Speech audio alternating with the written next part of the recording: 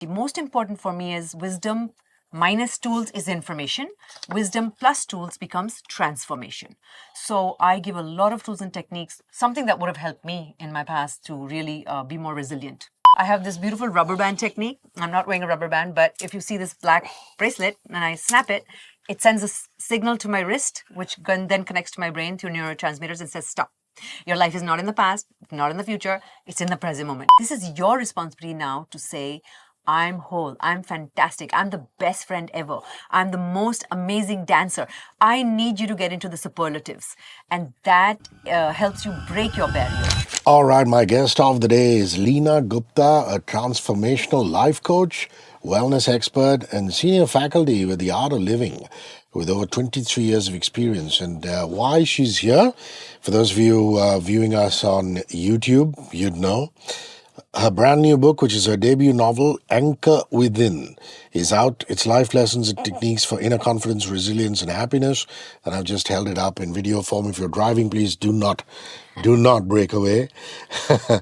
You're listening to us in pure audio form. Let it be audio. Only when you stop driving, you can move to the video. But yeah, suffices to say, it's a very interesting read. It's what Amish Tripathi, Rajdeep Sardesai, and Luke Coutinho, some stalwarts, have said very vibrant things about. Hi, Leena. Good to see you. And I believe it's an eventful life because you fritter from city to city, your predominant haunts being Mumbai and New York City. Well, first of all, thank you for having me on the show. And hi, Hrishi. How are you doing? Yes, I think movement is also medicine, whether it's physically moving or going to different people and addressing different topics. I want to start with what you call your 3P principle: philosophy, psychology, and practicality.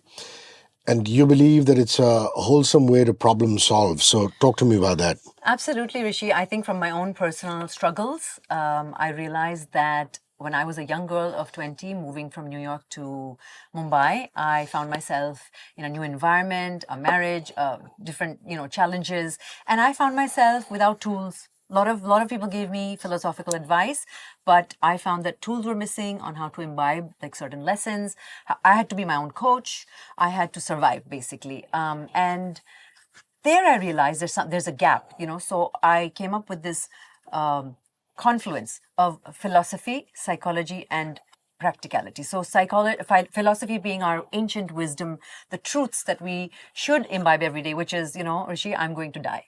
Okay, it sounds a little morose, but the fact is, it's the truth. But if we remember it, we embrace life. It grounds us. Then there's psychology. We've never been taught what is the tendency of the mind. We have three distinct tendencies of the mind. There's human behavior. If we know a little bit about ourselves, we can operate better. Then, and it can reveal our patterns to us. The other thing is that practicality. Most important for me is wisdom minus tools is information. Wisdom plus tools becomes transformation. So I give a lot of tools and techniques, something that would have helped me in my past to really be more resilient. Let's start with what you call the assumption trap. All of us build stories in our own head about who we are. Some people say, I'm the victim. I've been ill-treated by life. Why is there so much pain? Others turn around and, say, oh my God, will life pass me by? And what's my future going to be like? We all tell ourselves stories or create or conjure up stories about our own life.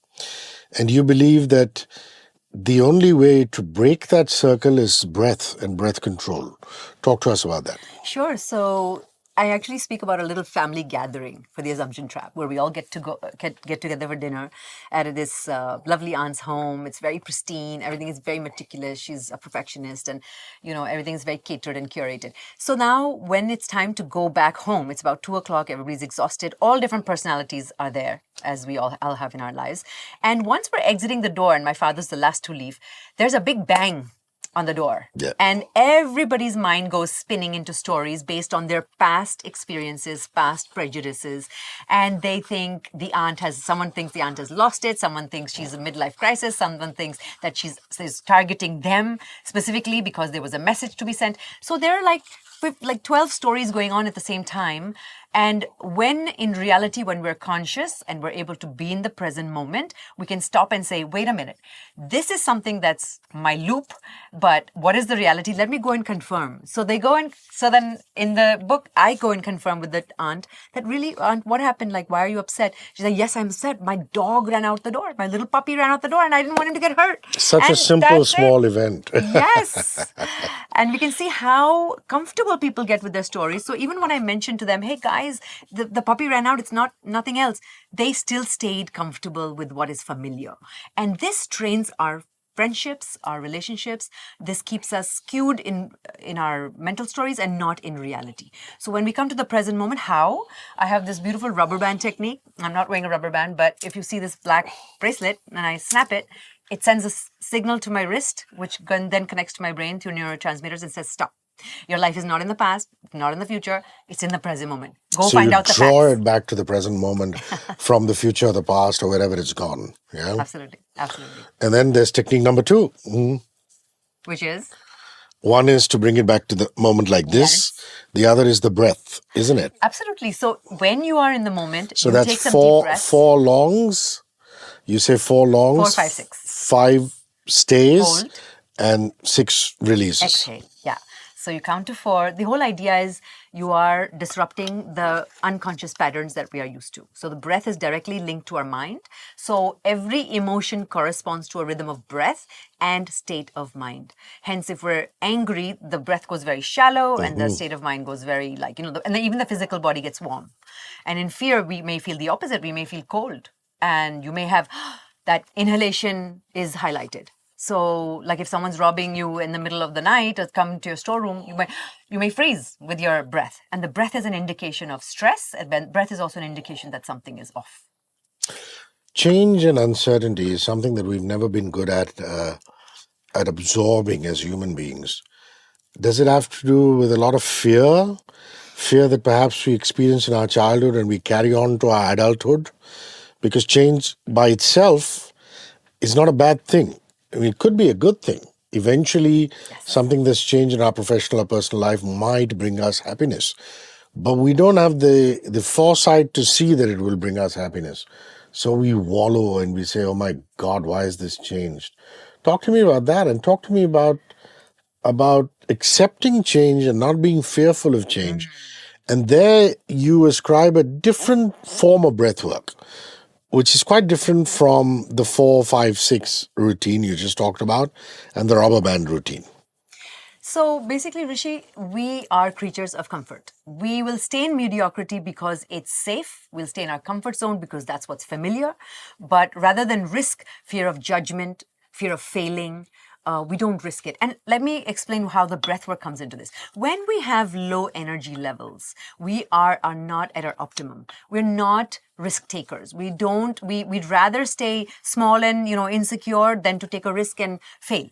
And so when we don't take risks or bet on ourselves, we are really living a much smaller life. And change requires you to have that agility mindset, that pivot mindset, that water mindset, that come what may. I'm betting on myself. I'm good enough to do that. And it's about resilience. And when you have alignment to yourself, you know your goals, you have clarity for your goals, you will bet on yourself. But the main thing I think I stress upon in this chapter is increase your energy levels, because that increases your awareness, that impacts your decision making, that impacts your being in the present moment. And you have alternate nostril breathing, which is the technique that you talk about. Yes. So alternate nostril breathing.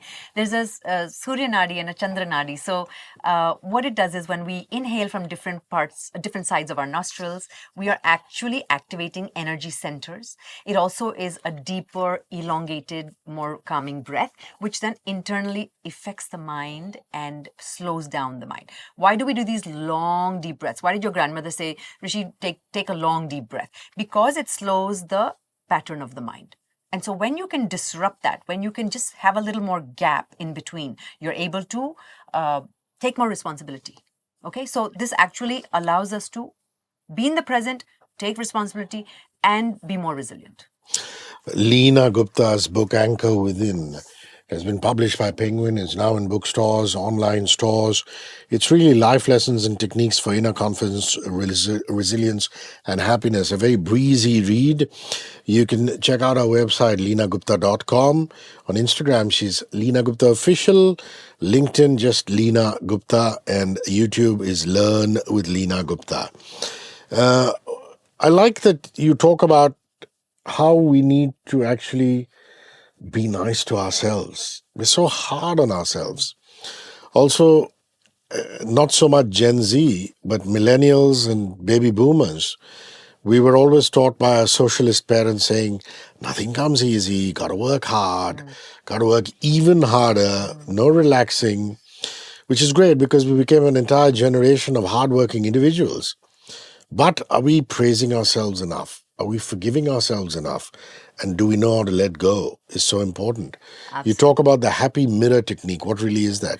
So happy mirror technique is one of the signature techniques I use to help people come out of that shell, that conditioning of, whatever someone says of me, I will internalize. Whatever the outside world, however they validate me, I will validate myself through it. So I ask my clients to stand in front of a mirror, whether it's a homemaker, a corporate person, stand in front of the mirror, look into your own eyes, really look into your eyes, because we're not used to even looking at ourselves properly. Once you look into your eyes, and you feel you've penetrated those layers that we have, the barriers, the masks, then ask yourself that I'm part of this beautiful creation. What am I here to do? The first question could be, how amazing am I? This is very hard for people because they've always needed someone else to tell them they're whole or to make them complete or to fix them. This is your responsibility now to say, I'm whole, I'm fantastic, I'm the best friend ever, I'm the most amazing dancer. I need you to get into the superlatives. And that helps you break your barriers. Number 2 is forgiveness. Forgive yourself for not showing up for yourself because you didn't know better. Forgive yourself for not knowing how to manage your emotions and mind at that particular moment. Forgive yourself for saying harsh things to people where, you can't go back in time, but you can definitely do something now. And then there's an exercise to let go. You say your name. For each exercise, you say your name. So you say, Leena, I let go of the grudge I was holding between, myself and my friend 20 years ago. Come on. Everything is changing. Everything is dynamic. I make mistakes. They make mistakes. Let's stretch our hands. Let's reach out in friendship once again. Let me let go of that. So it can take any form, but the idea is to break that conditioning, break open that exterior shell that has made us very hard. We get onto this gravy train of continuous motion. And I know that, and I was just telling you off the mic how, as a professional, I'm working across various verticals. My morning is spent as a radio host, and then immediately I switch to brand solutions. Then I'm sitting with the sales guys, sitting with the marketing guys. There's so much on my plate. Often I just don't get any time to pause. And all working professionals in India, in China, in the developing world need to understand that. Yes. Because we'll just fall off the train at some point of time. Absolutely. Pause to prosper is a very important chapter in your book. It's a chapter that you've dedicated many, many pages to in Anchor Within. Talk us through that particular chapter. Perfect. So many people feel, Rishi, that busyness is productivity. I think busyness, this is something that's a conditioning for us. Work hard, be busy, so that you can achieve. But busyness also leads to burnout. And that's what's happening right now in the world with all the chaotic things that are changing, shifting. People are feeling the burnout. People are feeling exhausted, nervous. The nervous system has gone into dysregulation and we don't know how to regulate it. The best way is to learn how to pause. And again, you can use the rubber band technique to snap and come back to the moment, or you can widen the gap through the breath, widen the gap between two different thoughts. So that when you have that space, you can enter that space and be a little bit more calm to reassess, reorganize. How do you do that? How do you widen the gap when you're breathing or when you're meditating? So when you breathe when you breathe in a fashion that is slow, elongated, longer than normal breaths, because we're hardly breathing properly for our lung capacity, we may be breathing 30%. We need to up that. So through pranayama, through breathing exercises, you can elongate that breath, and what that does is disrupt the brain pattern, because your brain is used to thinking at a very high speed. Rapid thoughts, yeah. Rapid thoughts, rapid breaths, and very little absorption, very little. There's a lot of attention deficit, right? And patience is going down. So that pause is really there for you to realign with yourself, check in with yourself, and then see what is it that I want to do. And I think top level executives who face crisis situations every single day are very good with handling this pause, being able to come back to the pause and check in with themselves and see if something aligns or it doesn't align, whether it's negotiable or non-negotiable. This you can only do in the present moment. And that helps you respond and not react. Fear, like I said very briefly at the top of this chat, is such an underlying North Star for us as human beings. And it shouldn't be. It shouldn't be our guiding North Star. And you're of the opinion that you can actually make friends with fear, befriending fear. Yeah. How, pray, can we befriend fear? How do we get over that fear?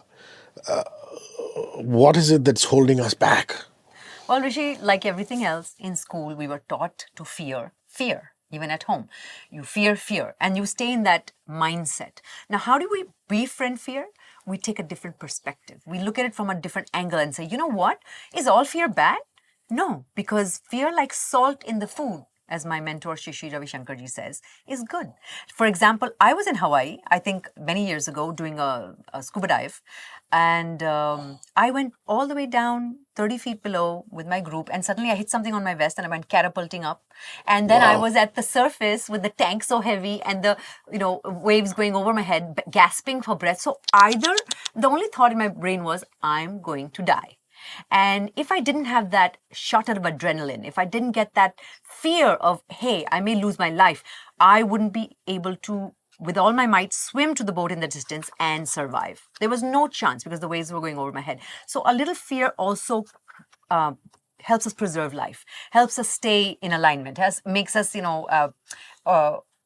follow the rules. But yes, when it's in excess, then that is when we are dysregulated. That is when we operate from not a very natural state. It's a state that's conditioned. And how to befriend it? Start talking to your fear. So Hrishi, what I do is I give my fear a very strange name. Let's say, so that's a physical fear what I experienced, but emotional fears are even more tricky. So I give my fear, let's say, drama queen Donna. I'll say, drama queen Donna, I'm talking to you. I see you coming up. I see you. That sensation is coming up. I see you. And every time I come to this situation where I'm near the water, I feel you and I hear you. But now I'm in the driver's seat and you need to sit in the back. Just this simple kind of little funny conversation disrupts the intensity of the fear and the way it shows up in our lives again and again. Unless we change something about it, our perspective and our way to view it, it will show up exactly how it's showed up every single time. So conversation with fear and declaring to fear that you are not the driver of my life. Yes, you are there. You may sit at the back. Leena Gupta is a transformational life coach, wellness expert, somebody who spent a considerable amount of time in the art of living. And her 3P approach, philosophy, psychology, practicality, blends ancient wisdom, modern psychology, and effective practical tools to help anybody who's reading her book. Her debut novel is called Anchor Within. It helps readers tap into their inner source of love, peace, and creativity. If you're looking for more from Leena, she's Leena Gupta on LinkedIn. Instagram is Leena Gupta Official. There's a website, leenagupta.com, and Leena, of course, is the double E. Leena Gupta on YouTube. It's Learn with Leena Gupta, I beg your pardon. So, as human beings, I've noticed there are some of us who are very quick with decision. I mean, even in families, I noticed that my younger daughter, for example, is a very quick decision maker. Has been that way since she was 2 years old. And my elder one, even though she's elder, is constantly in a state of indecision. And you don't know why that happens because, I mean, they have the same mother, same father, I don't know, different maybe karmic patterns. But all of us want to be great decision makers. because we've realized the fears or the perils of indecision. And you spend considerable time on the book talking about that. And big fan of journaling, eh? Absolutely. So let's talk about your younger daughter. How old is she? She's now 6, 6. So, and your older daughter is? 12. 12. Okay, look at the difference in the age. I think you would probably have given a phone to your daughter, the elder one maybe at 10 or I don't know what age. This year, 12, yeah. Yes, and the younger one has the phone with Nope, her? nope. Yeah, exactly. So she is a decluttered child. She is not a child that is weighed down and bombarded by constant markers on beauty, on presence, on showing up, on comparison, which is really causing a lot of depression in our young community. It's a very difficult task to live up to the perfection syndrome, as I call it, because they have to show up a certain way, which is not reality. It's artificial, it's contrived, it's proposed and projected. So these kids are imbibing all that, and when we are loaded with bombarding messages, we aren't able to hear ourselves. There's so much noise today, Rishi. There's so much noise through media, through all forms of media, to be a certain way, to look a certain way. Girls are told smile, but not too much. Laugh, but not too loudly. Look pretty, but not seductive. How many messages are they getting? So when you're surrounded with that noise, that cacophony, how can you hear your inner truths? How can you hear what is really going on inside with that inner child? We don't turn inward. We are looking outside again for validation, for approval, for permission. And that is always going to create indecision. The other thing is, how many choices? Do you remember you being a child and, going out and buying something? You had maybe 5, 10 choices. These kids now have, if it was 10 for us, it's 100 for them or even more. And that's very tough. Especially when you don't know yourself, you can't hear yourself. That is confusing. That is really a lot to bear. And I think that is creating a burden as well. Choice is choice, but how well do you know yourself to make those choices? Where's the reference point? True. Who am I? And what do I like? Kids need to ground themselves with that. And so indecision will be an issue. And again, breath work helps us to come back to the present moment and say, okay, wait a minute.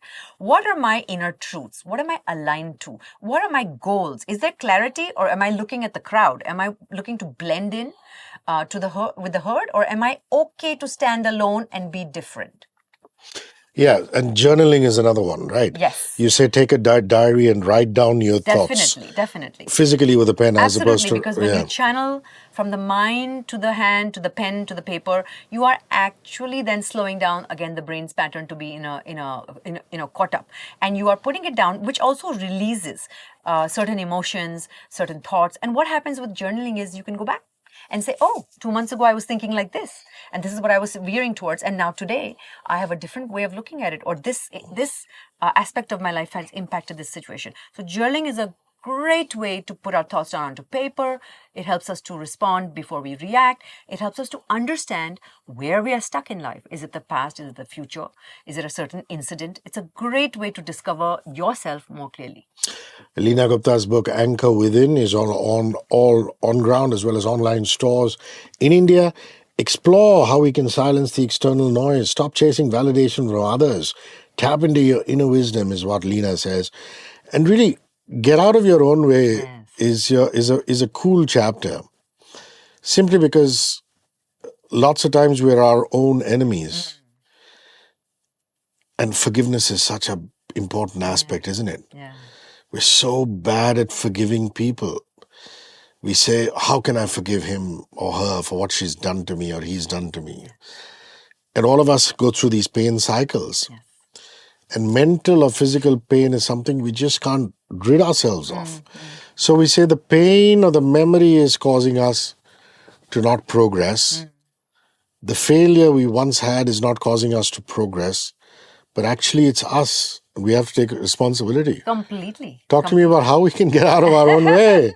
Well, first of all, it's so easy for us to say, he did this or she did that. So the blaming syndrome. And what that does is that means that you are looking for a culprit out there. You're looking for someone who has done something to you and you make yourself the victim. We're very comfortable making ourselves the victim and being attacked.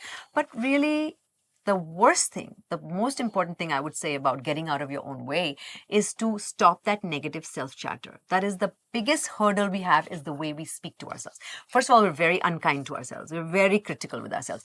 And we also get into negative loops about, I'm not good enough, I'm not likable, I don't have that capacity, I'm not tall enough.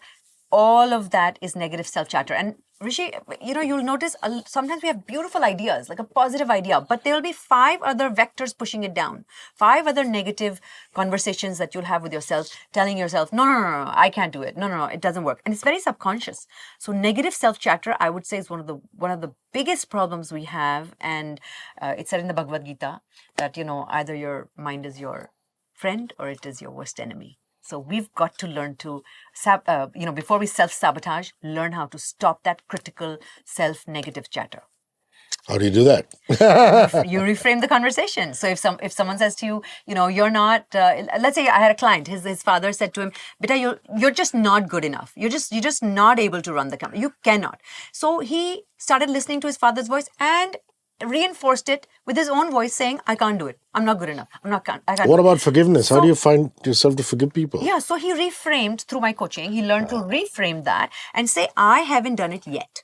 The three-letter word "yet" is so powerful. It puts a break right on that sentence, which allows for possibility, potential to explore. So just reframing our conversation to, you know what, I haven't done it yet. I can learn. I can get better at this. But that's where we need to begin, to reframe the conversation and say, I'm capable, I'm worthy, and I can achieve this. I haven't done it yet. I'm going to start now. That way you just have a fresh start. As a transformational life coach, I think one of the things you've learned, and you've been through your share of problems, you've been very candid in the book talking about your marriage not working out and then being a single mother for a while. Mm-hmm. And your own trials and tribulations at settling abroad, as being an Indian who's moved to the US, and the Lord knows that there was a time when people who migrated were so orthodox, even more orthodox than the country they left behind. True. And I think a couple of the great life lessons you've learned is that you can be alone and not lonely, and you've got to find your own mate in yourself, a self-mate before a soulmate. Easier said than done. Some people I find are very comfortable with being on their own. Others need people or noise all the time. Some people love themselves too much, I feel, or maybe that superiority complex is just a facade for an inferiority complex. Maybe they're just making us believe that they love themselves that much. But yeah, I think that'll be a nice way to sign off or turn down the curtain on this interview. Alone, not lonely, self-made before soulmate. Perfect. So I like to talk about alone, not lonely first. I think a lot of times we have been conditioned to believe that alone and loneliness are synonymous, but they're not. You can be alone, like you said, without physical company and be okay. You may be in a crowd and be alone. That could be a sign of being alone, or being disconnected with yourself and feel alone, right? But loneliness is a state of mind that we create when we feel disconnected from ourselves and other people. So you could be in a crowd and still feel lonely. You could be in a marriage and still feel lonely. You could be in a friendship and still feel lonely. So it's your state of mind where you feel disconnected, a distance, a separation. So these are two very distinguished in the book, I really talk about that we have to separate that. Now, the other thing is that what is loneliness? Is it you? What is your definition and how do you interpret it? Is it you being away from people? Is it you being not connected to yourself? And then it leads to self-mate before soulmate, which is, I want a soulmate. Just we've been told all our lives that somebody has to fix you, complete you, make you whole, make you have value. But that is the external way to look at it. But have you met your own soul? As my Guruji beautifully says, have you met your own soul to know what a soulmate is? Do you know who you are? Do you know what you like? Do you know what you don't like? Your negotiables, your non-negotiables, your alignment, your standards, your values. I specifically tell young people this as clients, that do you know yourself? You are dating XYZ and you want that perfect fit. It looks great on paper, but Do you have your own reference point? Do you know who you are and what you like to know if the other has it or not? Do you know that alignment matches or not? Get that reference point so sorted, become so strong with knowing yourself. And that means solitude. That means spend some time alone. Alone is not a bad thing. Alone helps you understand who you are, what you like, what you're all about, what are your contributions to this world, what do you want to leave as a legacy. We don't spend enough time in solitude because we thought it was bad to be alone. Yeah, that's wonderful. My last question is about travel destinations. Is there a place that you've traveled to and you said, wow, Leena, I could live here. I find absolute tranquility in this. Inside. My inner core. The essence is the safest, it's the best. It's Answered like a true transformational life coach. No, but really, you would have a physical place. Well, I love Jaipur because I was born there and my parents are from Jaipur. I've learned a lot from that beautiful place. Culture, the hospitality, the sweetness in the speech. My gosh, even if they're fighting with you or arguing with you, they're just so polite. I love that. It's something to learn from. Yeah. There you have it. It was Leena Gupta, the transformational life coach, blending ancient wisdom and philosophy with modern day psychology. It's a book that's out and you ought to get it into your life. Tell me what you think about this interview. Get on to X, formerly known as Twitter, Facebook, Instagram, Threads, LinkedIn. Just get on the search bar, type HRISHIKAY, one word, and I'll pop up and you can give me a comment on what you think about this. Leena, absolute pleasure. It just flew by this time with you. Thank you very much, and I look forward to you following this debut book up with many more successful ventures. Thank you. Cheers. Thank you for rolling by. Thank you for having me. 94.3 Radio 1.